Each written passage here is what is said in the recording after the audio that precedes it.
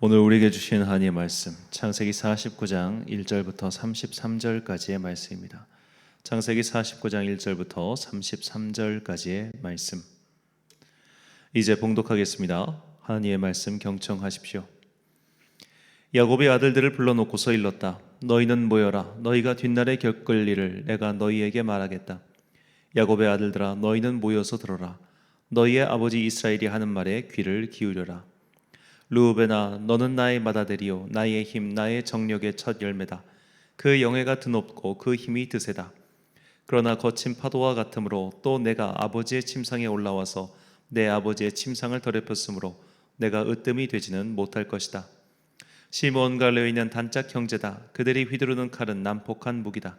나는 그들의 비밀 회담에 들어가지 않으며 그들의 회의에 끼어들지 않을 것이다. 그들은 화가 난다고 사람을 죽이고 장난삼아 소의 발목 힘줄을 끊었다. 그 노여움이 혹독하고 그 분노가 맹렬하니 저주를 받을 것이다. 그들을 야곱 자손 사이에 분산시키고 이스라엘 백성 사이에 흩어버릴 것이다. 유다야, 너의 형제들이 너를 찬양할 것이다. 너는 원수의 멱살을 잡을 것이다. 너의 아버지의 아들들이 내 앞에 무릎을 꿇을 것이다. 유다야, 너는 사자 새끼 같을 것이다. 나의 아들아, 너는 움킨 것을 찢어먹고 굴로 되돌아갈 것이다. 엎드리고 웅크리는 모양이 수사자 같기도 하고 암사자 같기도 하니 누가 감히 범할 수 있으랴. 임금의 지휘봉이 유다를 떠나지 않고 통치자의 지휘봉이 자손 만대에까지 이를 것이다. 권능으로 그 자리에 앉을 분이 오시면 만민이 그에게 순종할 것이다. 그는 나귀를 포도나무에 매며 그 암나귀 새끼를 가장 좋은 포도나무 가지에 맬 것이다. 그는 옷을 포도주에다 빨며 그 겉옷은 포도주의 붉은 즙으로 빨 것이다. 그의 눈은 포도주 빛보다 진하고 그의 이는 우윳빛보다 휠 것이다. 스불론은 바닷가에 살며 그 해변은 배가 정박하는 항구가 될 것이다. 그의 영토는 시도네까지 이를 것이다. 이사가라 난장 사이에 웅크린 뼈만 남은 나귀 같을 것이다. 살기에 편한 곳을 보거나 안락한 땅을 만나면 어깨를 들이밀어서 짐이나 지고 압제를 받으며 섬기는 노예가 될 것이다. 다는 이스라엘의 한 지파구시를 톡톡히 하며 백성을 정의로 다스릴 것이다. 다는 길가에 숨은 뱀 같고 오솔길에서 기다리는 독사 같아서 말발굽을 물어 말에 탄 사람을 뒤로 떨어뜨릴 것이다. 주님, 제가 주님의 구원을 기다립니다. 갓은 적군의 공격을 받을 것이다. 마침내 적군의 뒤통수를 칠 것이다. 아셀에게서는 먹거리가 넉넉히 나올 것이니 그가 임금의 수라상을 맡을 것이다. 납달리는 풀어놓은 암사슴이어서 그의 재롱이 귀여울 것이다.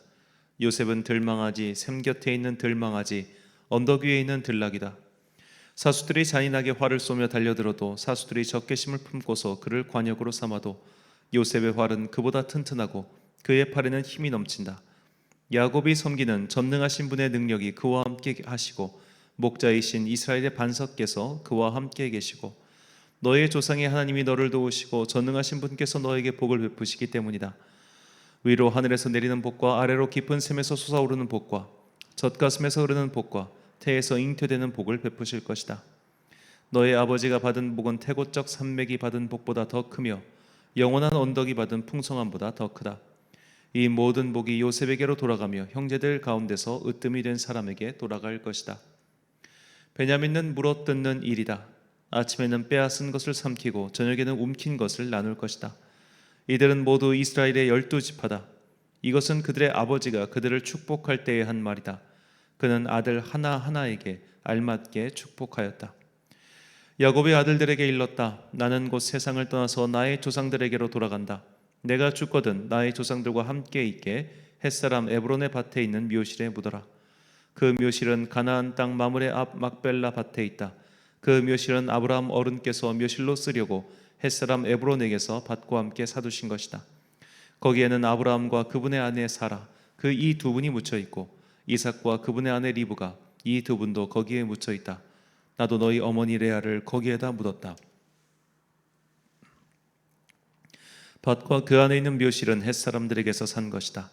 야곱은 자기 아들들에게 이렇게 이르고 나서 침상에 똑바로 누워 숨을 거두고 조상에게로 돌아갔다. 아멘. 우리는 선택할 수 있다란 제목으로 하나님의 말씀 선포하겠습니다. 이제 야곱의 유언이 나오고 있습니다. 야곱은 자식들에게 앞으로 그들에게 일어날 일들에 대해서 예언합니다. 이 예언의 대상은 두 가지입니다.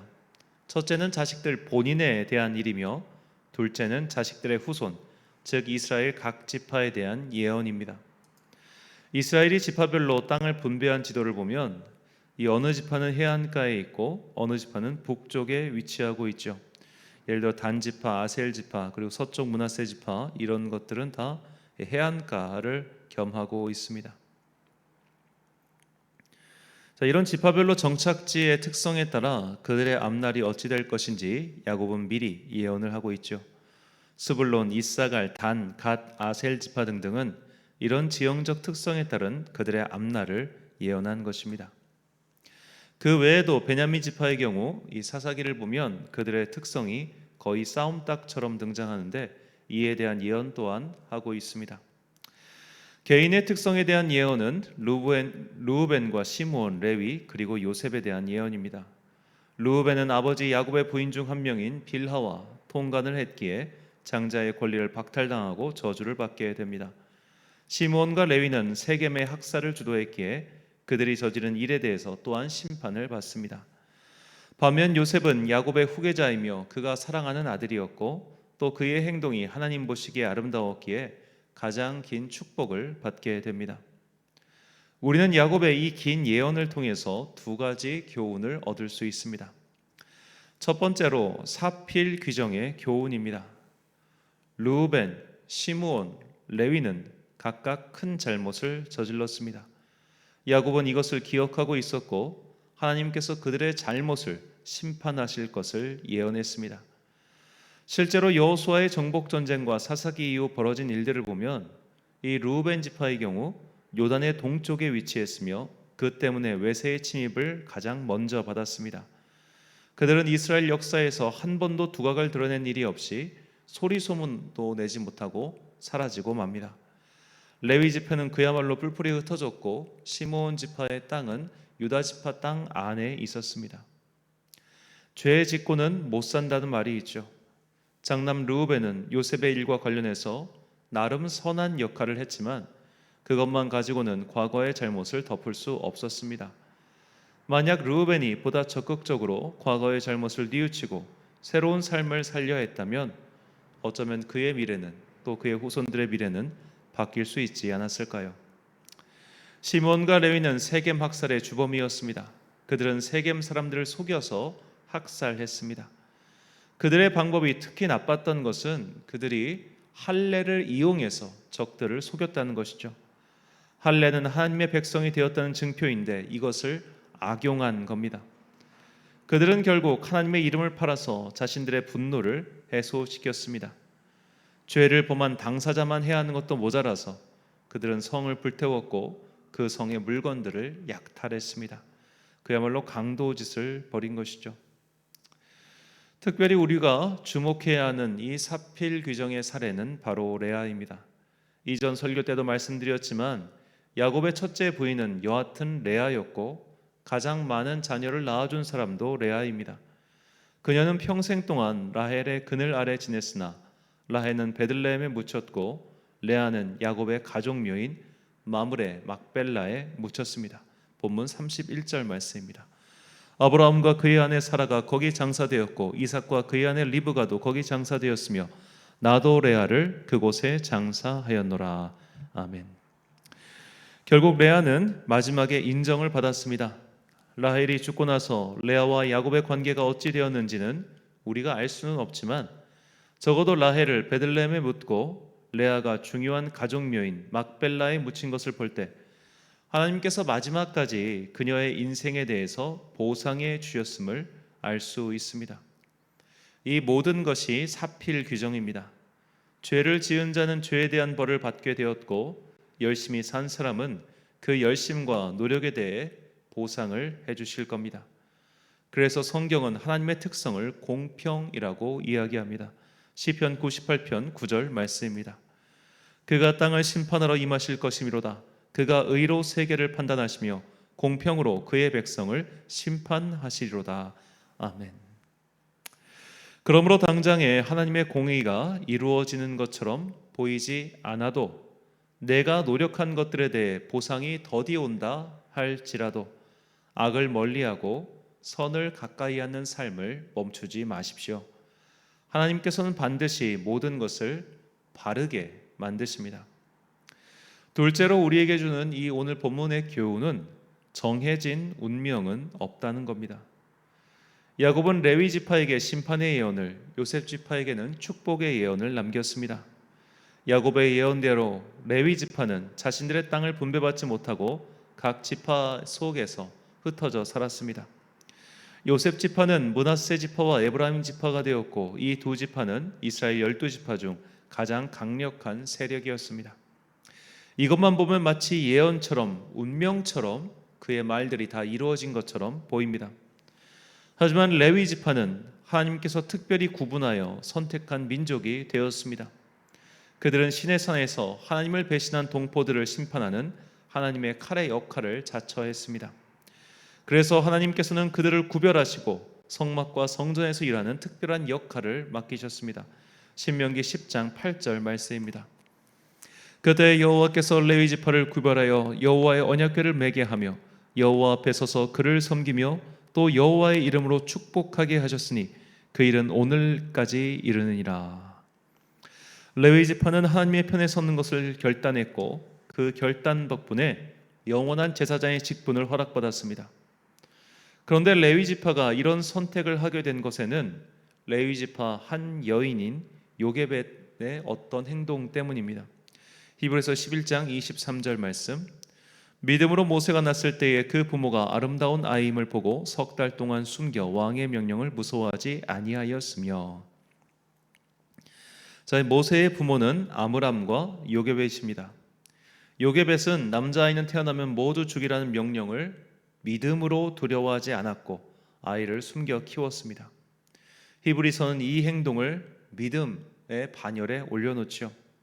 이렇게 해서 레위 지파 출신의 영적 지도자 모세가 태어났습니다.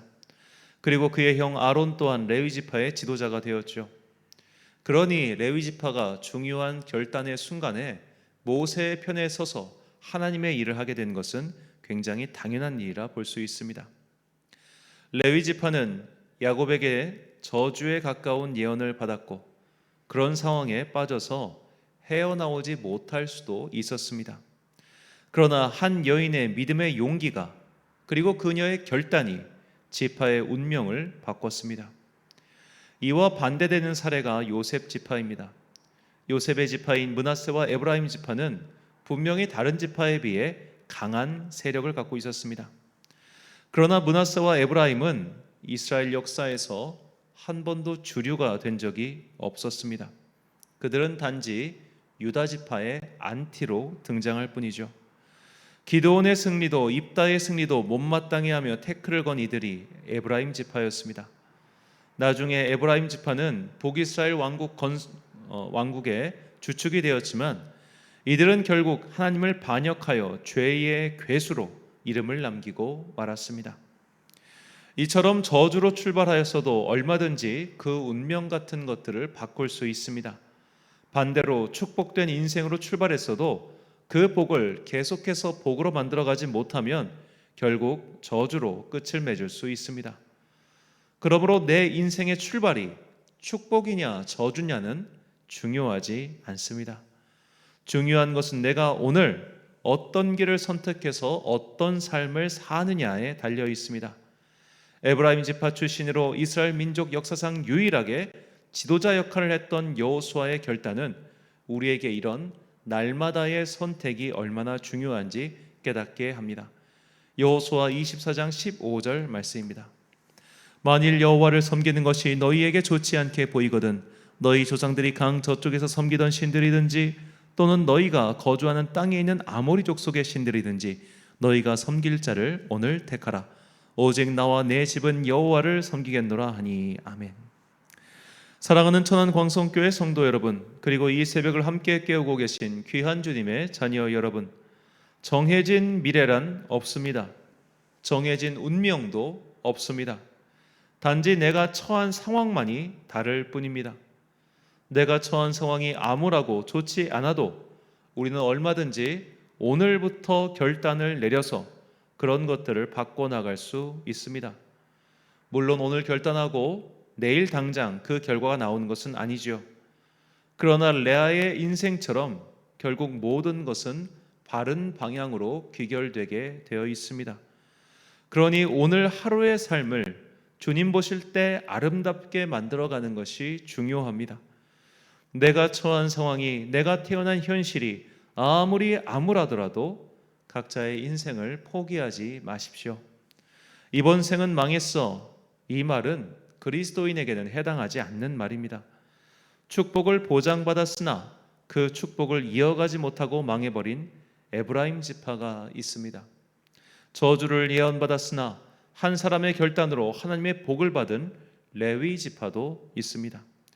하나님의 나라는 먼저 된 자가 나중되고 나중된 자가 먼저가 된다는 이 예수님의 말씀을 기억하시고 우리에게 주어진 운명과 같은 어려움을 오늘부터 극복하고 마침내 승리하는 주님의 자녀들이 되시길 주 예수님의 이름으로 축원합니다.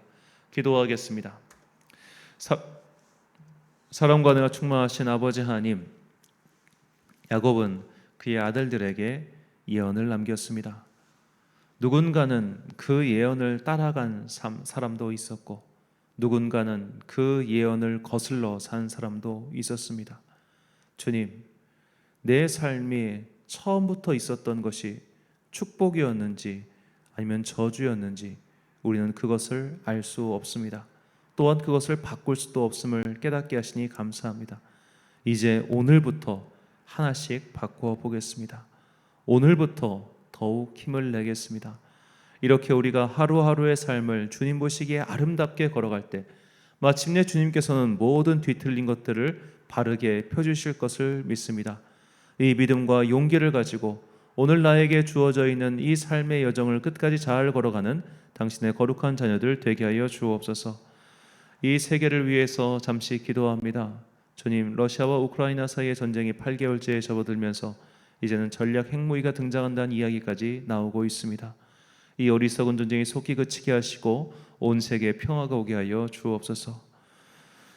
이런 와중에도 전 세계에서 열심히 최선을 다하여 생명을 걸고 일하고 있는 우리 선교사님들 기억하시고 그들에게 각양각색의 은혜를 베풀어 주사 그들이 지치지 아니하고 각자의 소명 잘 감당할 수 있도록 오늘도 성령의 새 힘을 불어넣어 주옵소서. 오늘 하루도 참 좋으신 우리 주님의 은총과 평강이 모든 성도들의 가정과 일터 그들의 삶 가운데 함께 하시길 소망하오며 예수님의 이름으로 기도드립니다. 아멘. 오늘의 기도 제목입니다. 내가 어찌할 수 없는 이 환경의 어려움은 무엇입니까? 이 어려움에 굴복하지 않을 믿음을 달라고 기도하십시오. 내가 받은 특별한 복은 무엇입니까? 그것으로 인해 교만해지지 않도록 바른 믿음을 달라고 기도하십시오. 오늘 주신 기도의 제목 가지고 기도와 묵상에 힘쓴 하루 되시길 바랍니다. 기도하겠습니다.